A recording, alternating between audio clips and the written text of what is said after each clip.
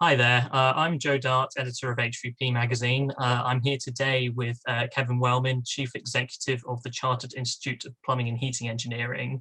Kevin's going to talk today to us about water safety in lockdown buildings. So thank you very much for joining us, Kevin. First kind of question that I wanted to start off with, what are some of the key water safety issues that building owners might face as they are allowed to reopen after this latest UK lockdown? Hello, Joe. It's good to see you again. I think that firstly, at long last, there's hope for all of us with regards to outcomes to the COVID issues. And clearly, many buildings have been in lockdown for quite some time. And over the last year or so, that there have been some inherent problems with that. I think that firstly, with regards to the water side, which is particularly important from my point of view, there can be a change in the water quality. That might be as a result of stagnation. You may notice bad taste in the water. It could be odored or discoloration of some description. Essentially, the main concern that I do have is the waterborne microorganisms that could lead to issues such as Legionella, Legionnaires disease as such.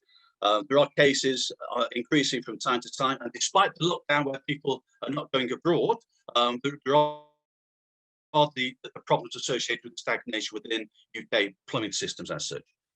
In another area related to lockdown, there could be sink traps actually losing their seal as such, so you can get the odours in the actual rooms as well as a result of that. So that's something also to have a look at as part of the maintenance procedure. And maybe that what has also increased in the last few years has been the actual insurance claims as a result of escape of water losses. So you might well go into a building for the first time in many weeks and find that there's a major leak of some description. The insurance claims that are paid out at the moment exceed £1.6 billion a year. So again, it is a concerning area in all these different ways.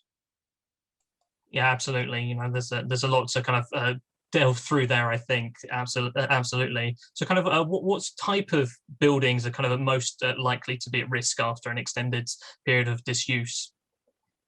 I think that firstly, you could say, without trying to scaremonger, so we have to draw a fine balance here, but any building can be at risk which has got water services and plumbing services in there, especially those which would have large storage provision. So if there's large cold water storage systems in a loft area somewhere which have been somewhat forgotten about, they could have difficulties. And despite the requirements of water regulations as to how they are safeguarded against frost protection and such things, and the water stagnation can be the problem there. But again, quite often it's the commercial buildings that have been left completely locked for a number of weeks or months.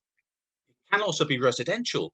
And so if you give an example where there might be an elderly relative who's actually moved to somebody's house to perhaps their daughter or son's premises, that they're on a lockdown situation there. So when they return to their property, it might just be a residential house, but the water's been stagnant in the plumbing system there for many weeks as well. So from a domestic point of view, the issues I mentioned earlier could still arise with regards to the water quality and such things. Could also add to be very careful. The issue of water quality is that if it's an ongoing problem or if it's an issue that you have midway through the year and the house is occupied, that's a slightly different situation again. So you might well be best to call in your water company representative from that point of view. I think that the other thing to stress is that during a lockdown period, as maintaining the system, it is very helpful to do that. But again, you need to know what you're doing. You need to be competent in that sort of work in that area, particularly if the property has solar thermal systems, then you need to refer to the manufacturer before those sort of systems are recommissioned again. So the essential thing here is to be very careful because any building could pose a risk at some stage. Great, thank you, Kevin. I mean, obviously, it sounds like there's a big kind of risk for all types of buildings there. So, kind of obviously, what can kind of our readers and viewers and plumbing professionals in general kind of do to communicate these issues to building owners before they kind of start reopening, or for householders, etc.? Yeah, it's a good point, an important question as well, because the first thing is to try to identify whether there's a water safety plan in place. Certainly for commercial buildings. So I'm not talking about the residential buildings in that particular instance, but commercially, there might be a water management plan or safety plan, which just outlines the actual procedure that should be adopted to sort these issues out for recommissioning. The other part of that is to liaise or ask the owners of the properties or the person responsible for the maintenance to just check whether there are any insurance implications, either during the lockdown or before or after. So some insurance policies do have specific requirements as to what should be done during a lockdown period. So sometimes there might be recommendations to drain systems down. Other times they'll say, no, keep it replenished, but keep the system maintained and carry on a regular assessment on the system. Certainly from a domestic point of view, you could actually have a home health check that we actually talk about, where you just go in and just check the plumbing system out to make sure it is compliant, it is safe, and so on. So there's a number of things there that from commercial or domestic premises point of view, just general basic common sense to check the plumbing system out, check it out safely. And if you are carrying out maintenance, particularly on large cold water storage systems, and where the PPE, which is available. So I'm not talking from a COVID point of view, it's just normal health and safety issues regarding Legionella prevention and such. Great, perfect.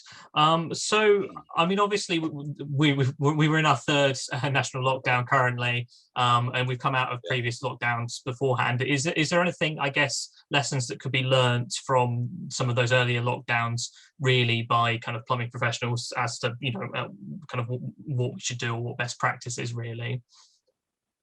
Yeah, it sounds easy to say, well, firstly, mitigate the risk, minimize the actual problem from happening in the first instance. We need to take plumbing and drainage issues really seriously. Those involved in the industry who are properly trained and skilled and experienced would understand all the health implications of such things when they go wrong and so on.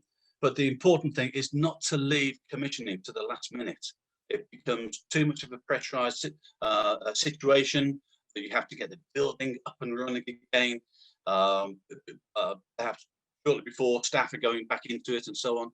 I think that just by planning and preparing in plenty of time is the first thing to actually do. Hopefully, the lessons learned from the first lockdown would be that throughout the time of that lockdown situation, systems would have been flushed and checked out anyway. So fingers crossed that has actually happened. The important thing again is that if chemicals are being used for a chlorination disinfection process, you need to be competent to undertake that sort of work. So if you're unsure yourself as to what to do, call in an expert. Make sure that the system is treated with the respect it deserves. And as I said, there are plenty of experts out there that can actually provide that guidance and support, because essentially, the one thing that we do believe is that prevention is better than cure. If you can prevent the problem happening in the first place, then, and certainly by calling in a professional plumber and installer, then that's the essential thing for all of us. Brilliant. No, that's fantastic. Well, thank you so much, Kevin, for the kind of clear and concise overview. You know, I really appreciate your time on this, and hopefully we'll be able to inform, you know, our viewers about some of these issues. Good luck and stay safe.